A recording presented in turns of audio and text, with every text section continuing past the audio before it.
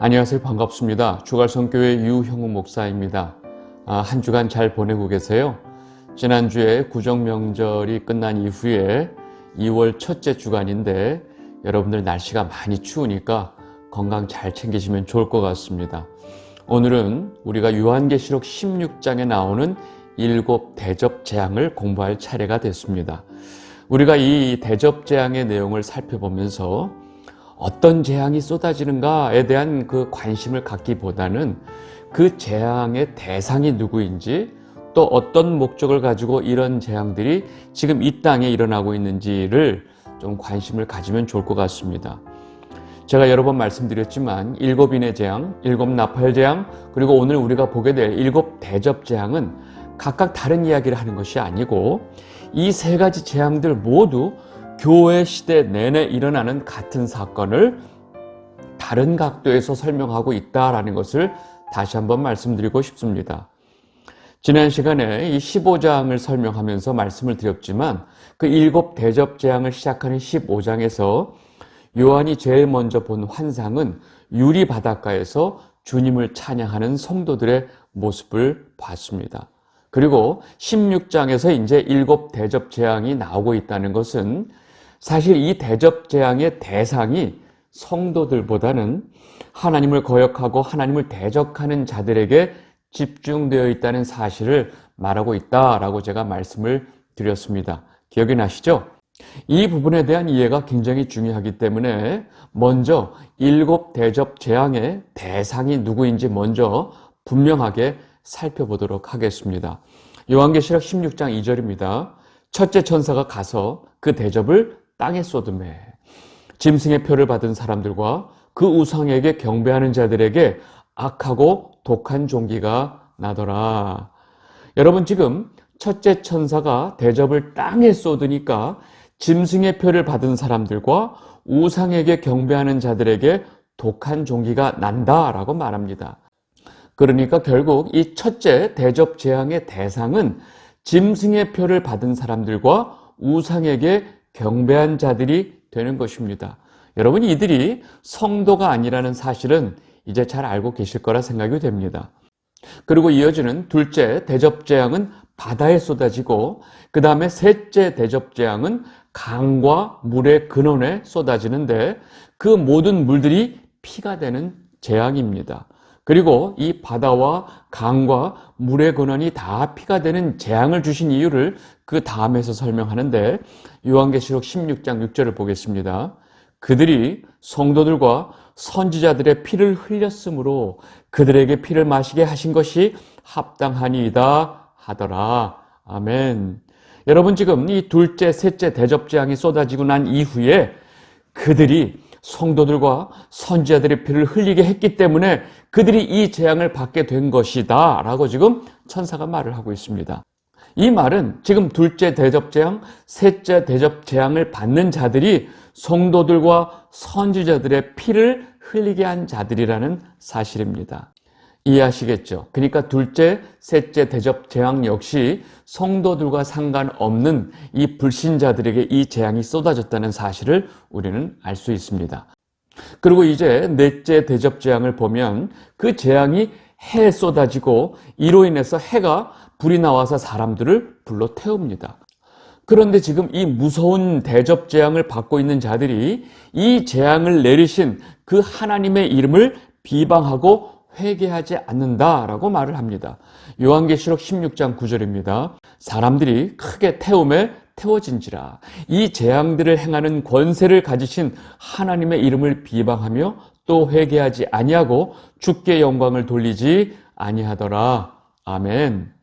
여러분, 이렇게 해의 재앙이 쏟아져서 그 해가 사람들을 태우고 있는데도 그들은 여전히 하나님의 이름을 비방하고 회개하지 않고 주께 영광을 돌리지 않는다라고 말을 합니다. 여러분, 그렇다면 지금 이 해에 쏟아진 재앙을 받고 있는 자들이 누굴까요? 그들은 지금 하나님의 이름을 비방하고 하나님 앞에 회개하지 않고 모든 영광을 하나님이 아닌 자기 자신에게 돌리는 자들이라는 것을 우리가 쉽게 알 수 있습니다. 아시겠죠? 자, 이제 다섯째 대접 재앙을 보겠습니다.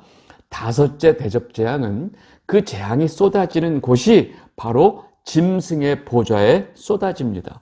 요한계시록 16장 10절입니다.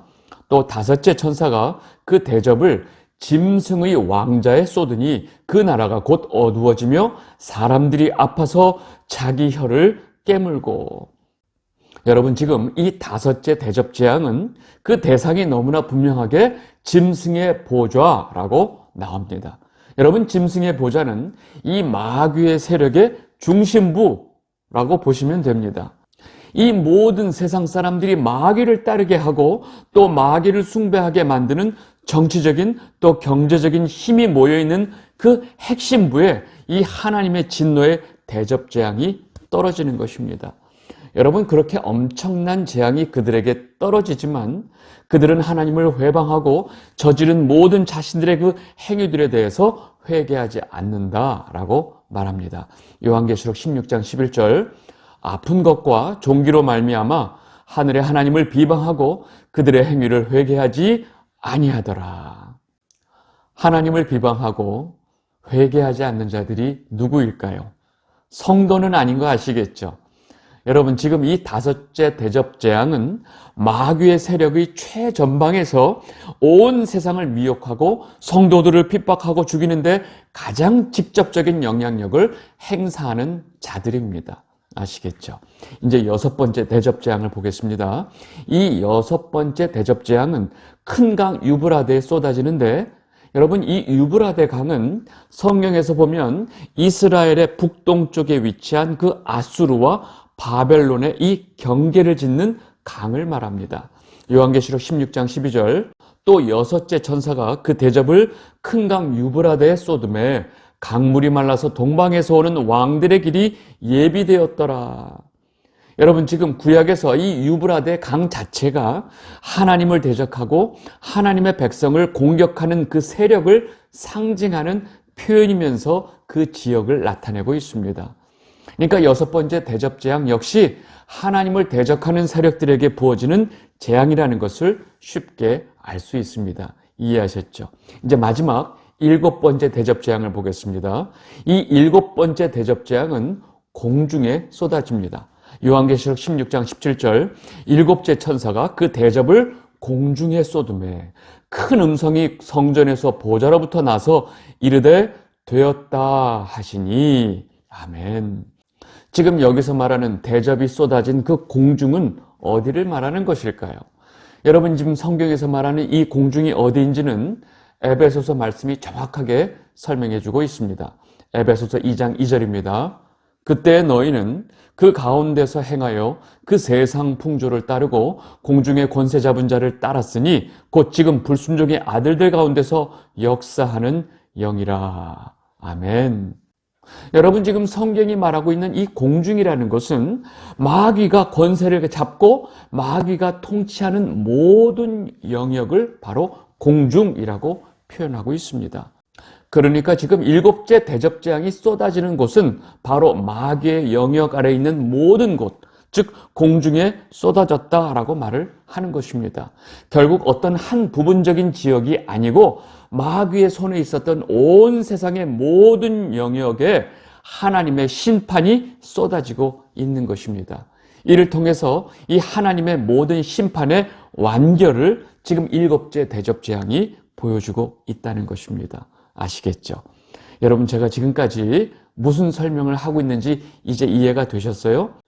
그러니까 일곱 대접 재앙의 이 대상, 누가 이 일곱 대접 재앙을 받느냐 하는 그 대상은 바로 하나님의 이름을 비방하고 하나님의 백성들, 성도를 죽이고 핍박하던 이 세상의 악한 마귀에 속한 모든 자들을 말하는 것입니다. 그리고 이들에게 이런 무서운 재앙을 내리는 이유는 이들이 끝까지 회개하기를 기다리고 바라셨던 그 하나님의 뜻을 완전히 무시하고 끝까지 회개하지 않고 하나님 앞에 돌아오지 않았기 때문입니다. 여러분, 나팔 재앙의 목적은 사실 사람들로 하여금 여전히 회개하기 위한 목적이다라고 제가 말씀드렸던 거 기억나시죠? 즉, 나팔 재앙의 목적은 회개하고 돌아오기를 위한 하나의 경고의 재앙이었다고 보면 지금 이 대접 재앙은 끝까지 하나님을 거부하고 회개하지 않은 자들에 대한 심판의 재앙이 되는 것입니다. 그렇다면 이렇게 7 대접 재앙이 하나님을 대적하는 자, 불신자들에게만 쏟아지는 재앙이다라고 제가 말을 하면 마치 기다렸다는 듯이 이 세대주의자들은 하나님의 백성들, 성도들은 이미 휴거가 되어서 이 땅에 없기 때문에 이 재앙을 받지 않는다라고 말을 할 것입니다.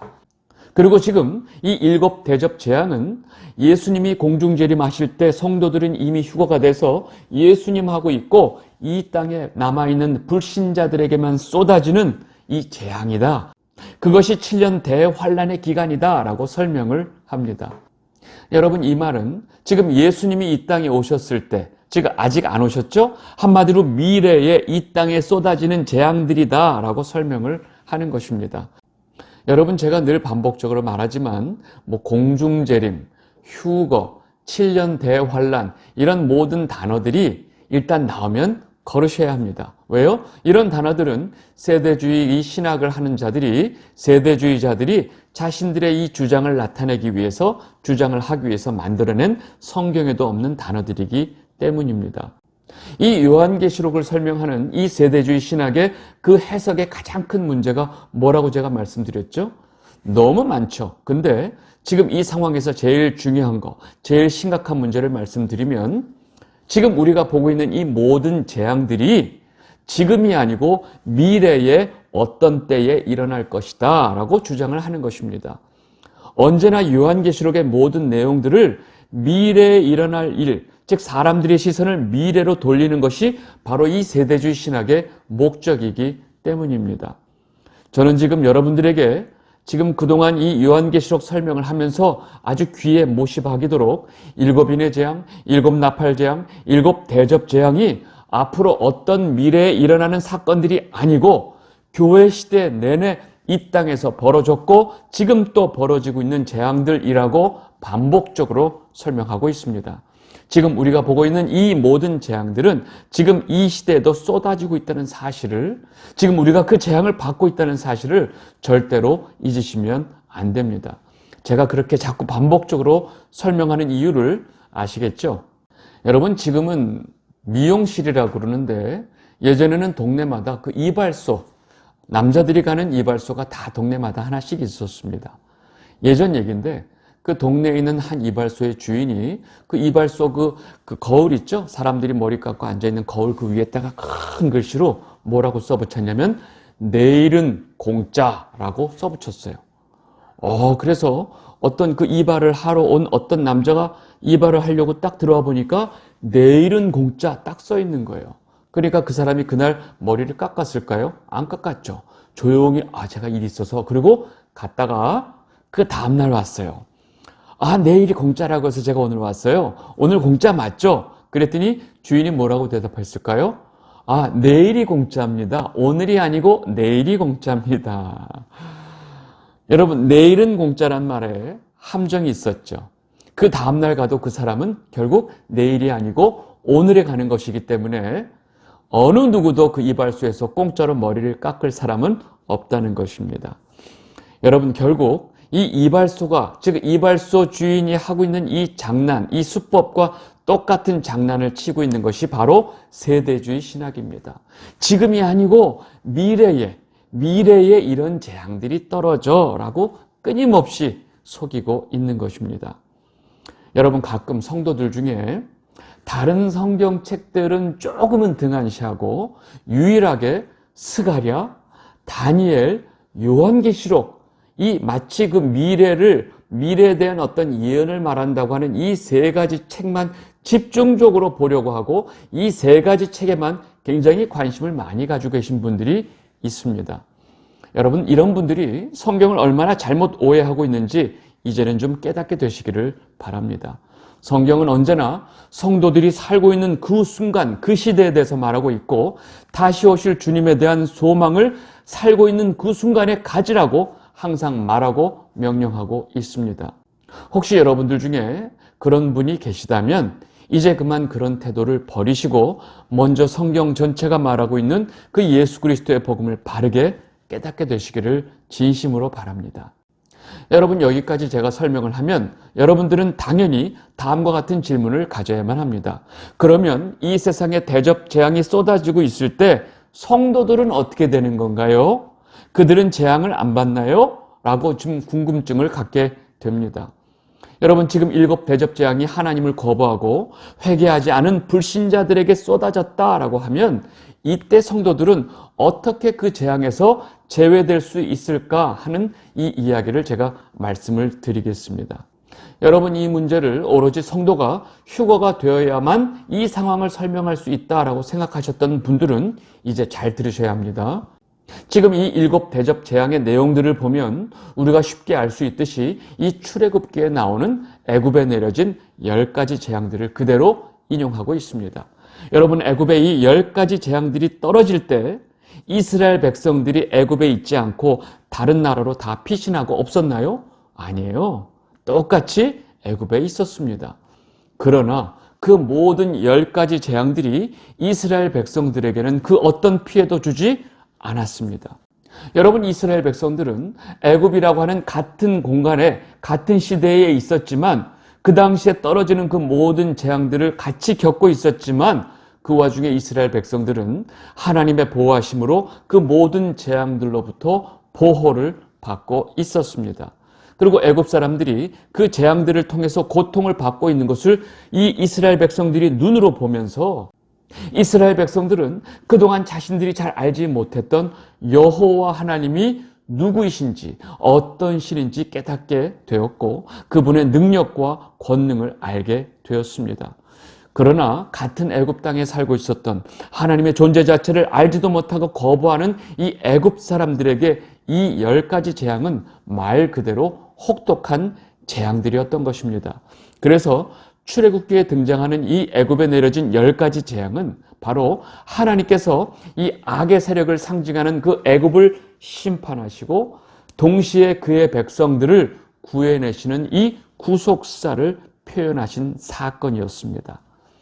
여러분, 마찬가지로 지금 우리가 보고 있는 요한계시록 16장에 설명하고 있는 7 대접 재앙들 역시 같은 시대에 같은 공간에 살고 있는 성도들과 불신자들 모두에게 쏟아지는 재앙들입니다. 그러나 그 재앙들이 하나님을 거부하는 사람들에게는 아주 혹독한 재앙이 되지만 성도들에게는 그 재앙들을 경험하면서 하나님 아버지가 누구신지 그리고 하나님 아버지께서 창조주의 능력과 권능을 가지고 계신 분임을 더욱더 분명하게 깨닫게 되는 사건이 된다는 것입니다. 그래서 성도들은 그 심판의 재앙에서 절대로 제외되지 않지만 이 똑같은 그 어려움 속에서 이 재앙들을 통해서 성도들은 더욱더 믿음을 굳건히 하는 계기가 된다는 것입니다.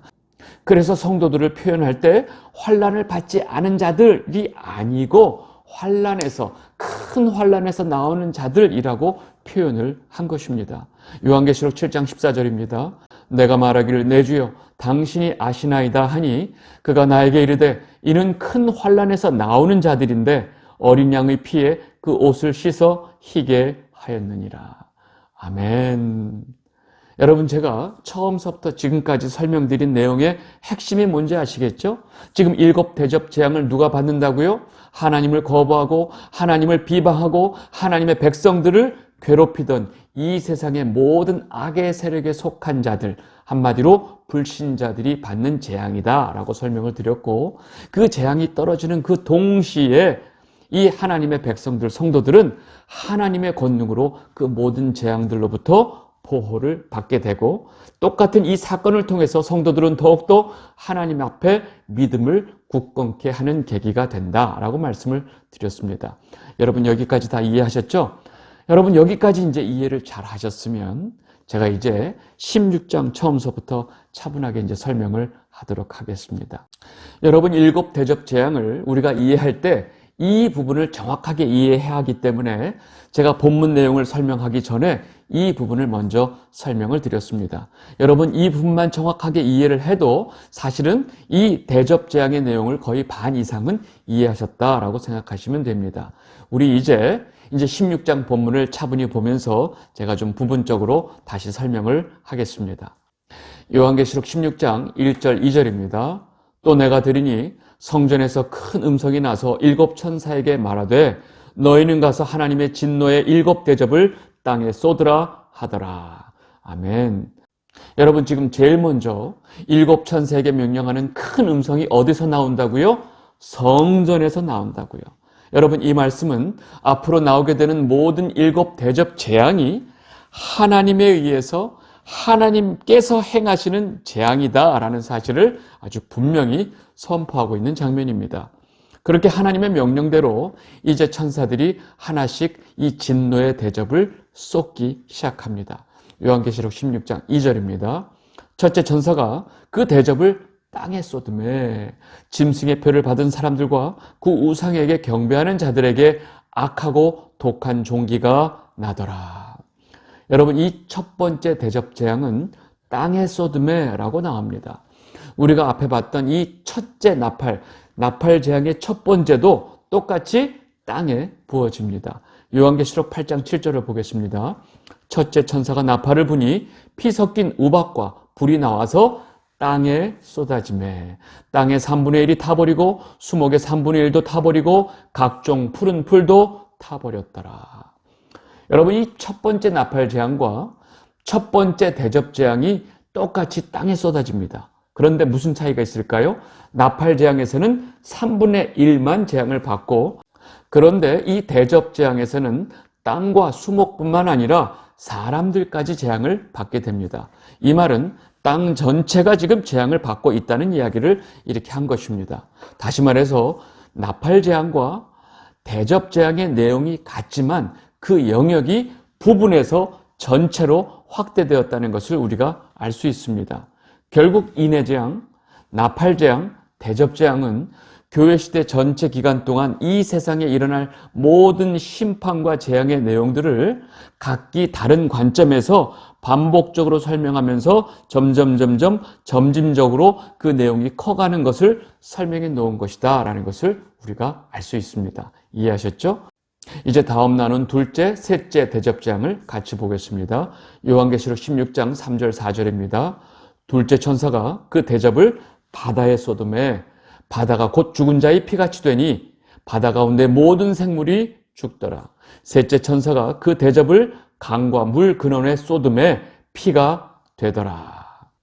지금 둘째, 셋째 대접재앙은 바다, 강, 물의 근원에 쏟아지는데 그 물들이 다 피가 되는 재앙입니다. 여러분, 애굽에 내려진 제일 첫 번째 재앙이 뭔지 기억나시죠? 바로 나일강이 피로 변하는 재앙입니다. 지금 그 재앙과 똑같죠? 여러분, 1차적으로 이 물이 피가 되면 그 물 안에 살고 있었던 모든 생명체들은 다 죽게 됩니다. 여러분, 이 상상할 수 없는 재앙입니다. 여러분, 모든 생태계가 망가지고 지금 사람에게 먹을 수 있는 그 물의 근원 자체도 다 피가 되어버리니까 사람들도 먹을 물이 없어지는 재앙이 되는 것입니다. 여러분, 이건 정말로 심각한 재앙입니다. 그런데 지금 우리가 표면적인 이 내용만 볼 것이 아니고 지금 이 둘째, 셋째 재앙에서 말하는 물에 대해서, 즉 성경이 말하는 이 물의 의미를 우리가 좀 이해를 해야 될 게 있습니다. 여러분, 성경에서 바다와 물은 저주, 심판, 죄와 악의 상징을 나타내고 있습니다. 그래서 노아 시대에 내린 이 홍수의 심판은 이 바다와 궁창의 물로 저주를 내리신 것입니다. 그리고 이 요한계시록 마지막에 보면 새 하늘과 새 땅은 있어도 새 바다는 없다라고 말을 합니다. 요한계시록 21장 1절입니다. 또 내가 새 하늘과 새 땅을 보니 처음 하늘과 처음 땅이 없어졌고 바다도 다시 있지 않더라. 지금 새 하늘과 새 땅은 있지만 새 바다가 없다라고 말을 합니다. 여러분, 완성된 하나님 나라에서는 더 이상의 저주와 악이 존재하지 않는다는 사실을 지금 이렇게 말하고 있습니다. 그리고 이 거짓 종교 세력인 이 큰 음녀가 심판을 받는 장면이 나오고 있는 그 17장에 보면 요한계시록에서 말하는 물이 무엇인지 아주 구체적으로 설명을 해줍니다. 요한계시록 17장 1절을 보겠습니다. 또 일곱 대접을 가진 일곱 천사 중 하나가 와서 내게 말하여 이르되 이리로 오라. 많은 물 위에 앉은 큰 음녀가 받을 심판을 내게 보이리라. 여러분 지금 이 큰 음녀가 어디에 앉아 있다고 말하죠? 그렇죠. 많은 물 위에 앉아 있는 큰 음녀라고 설명을 합니다. 그리고 17장 15절에 가면 그 물이 무엇인지 아주 구체적으로 설명을 해줍니다. 요한계시록 17장 15절, 또 천사가 내게 말하되 내가 본 바 음녀가 앉아있는 물은 백성과 무리와 열국과 방언들이니라. 여러분 지금 큰 음녀가 많은 물 위에 앉아있다고 했는데 그 물이 바로 백성과 무리와 열국과 방언들입니다. 여러분 지금 성경이 말하고 있는 백성과 무리와 열국과 방언들은 무엇을 말할까요? 바로 온 세상 사람들을 말하고 있습니다. 다시 말해서 지금 요한계시록에서 말하고 있는 이 물이라고 하는 것은 온 세상 나라 사람들을 의미하고 있습니다. 그렇다면 이 둘째 대접재앙, 셋째 대접재앙이 바다와 강과 물의 근원에 쏟아졌다라고 하는 것은 지금 이 땅에 있는 모든 물에 그 재앙이 쏟아졌다는 것인데, 이 물이 바로 뭐냐? 하나님의 진노의 재앙이 하나님의 택함에 제외되고 이 세상의 악을 쫓아 살고 있는 이 세상의 모든 사람들에게 쏟아지고 있다는 사실을 말하고 있는 것입니다.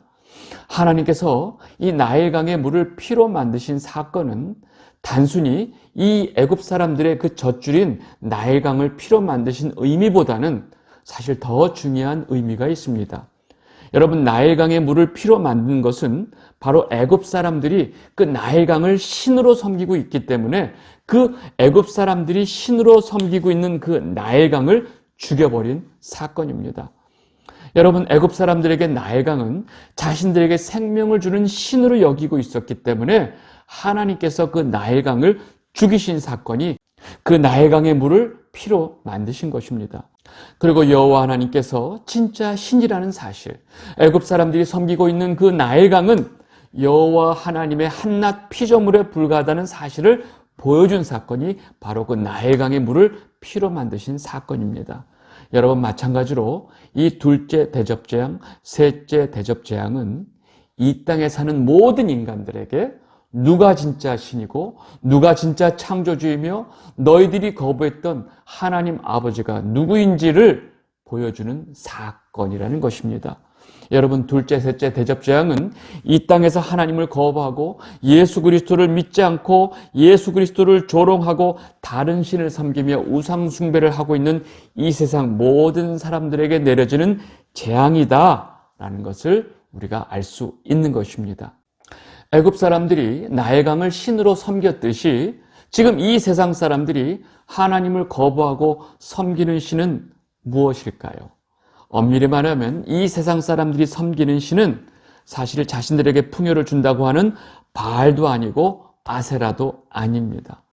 실상 이 세상 사람들이 끊임없이 역사 내내 섬겨왔던 신은 모든 풍요를 누리고 싶은 바로 자기 자신입니다.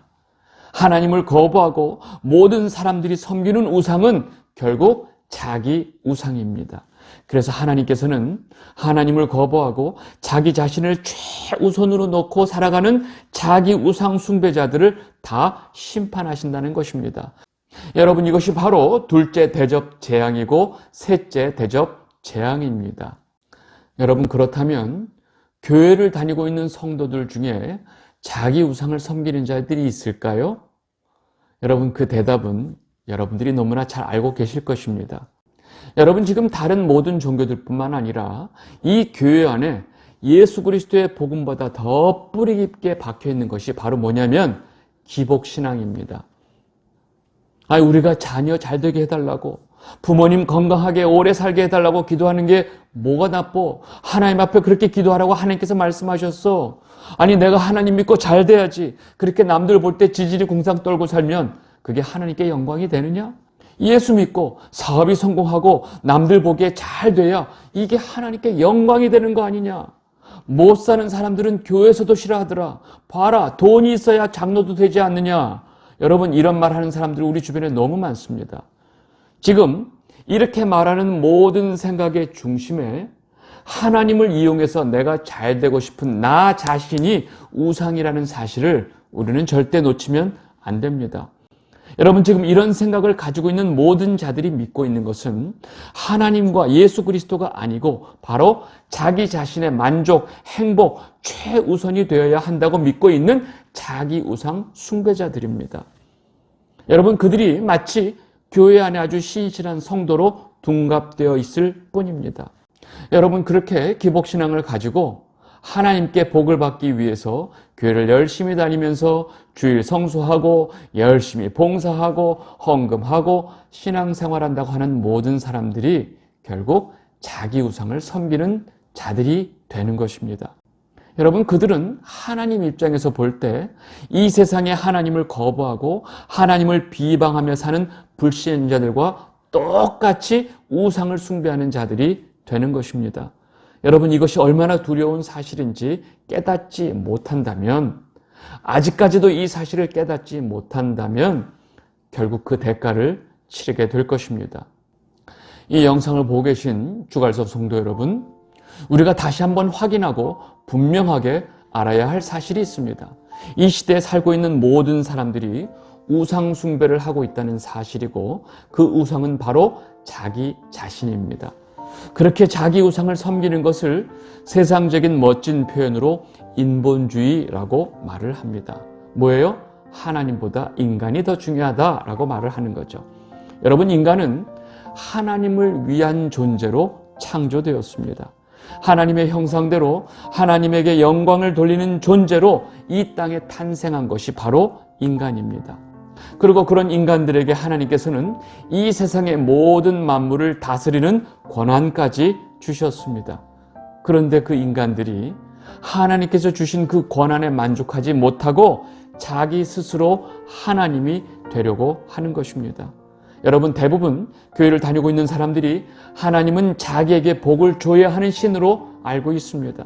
지금 기독교는 성경이 우리에게 말하는 이 복음의 진리에서, 예수 그리스도의 복음의 진리에서 이미 벗어난 지 오래되었습니다.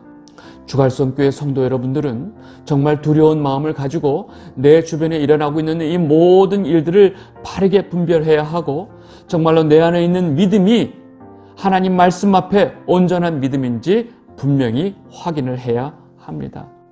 혹시라도 내가 하나님을 믿고 예수 그리스도를 섬기는 것이 아니고 나를 위해서 나를 섬기고 자기 우상을 섬기는 것은 아닌지 날마다 말씀 앞에 확인하고 또 확인해야 합니다.